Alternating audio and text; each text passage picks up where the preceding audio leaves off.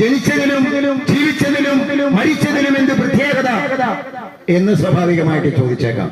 അതുകൊണ്ട് തന്നെ ആമുഖമായിട്ട് ഞങ്ങൾ പറയുന്നത് യേശുക്രിസ്തുവിനെ അറിയാത്തവരിലേക്ക്, യേശുക്രിസ്തുവിനെ അറിയാത്ത ദേശങ്ങളിലേക്ക്, വിശുദ്ധ ബൈബിൾ എന്താണെന്ന് മനസ്സിലാക്കാത്ത ആളുകളിലേക്ക് ഇറങ്ങിച്ചെന്ന് ഈ സുവിശേഷം, സത്യത്തിന്റെ, സ്നേഹത്തിന്റെ, സാഹോദര്യത്തിന്റെ, ക്ഷമയുടെ, സമാധാനത്തിന്റെ, സന്തോഷത്തിന്റെ സന്ദേശം ലോകത്തിലുള്ള മുഴുവൻ ജനങ്ങളും അറിയണമെന്നുള്ളതാണ് സുവിശേഷം എന്ന് പറയുന്നത്. ഇത് ഒരുപറ്റം ക്രിസ്ത്യാനികളുടെ മാത്രം സ്വന്തമായിട്ടുള്ളതല്ല യേശുക്രിസ്തു എന്നുള്ളത് ആദ്യമായിട്ട് ഞാൻ ആമുഖമായി പറയുവാൻ ആഗ്രഹിക്കുക. പലരും പലപ്പോഴും ധരിച്ചു വെച്ചിട്ടുള്ളത്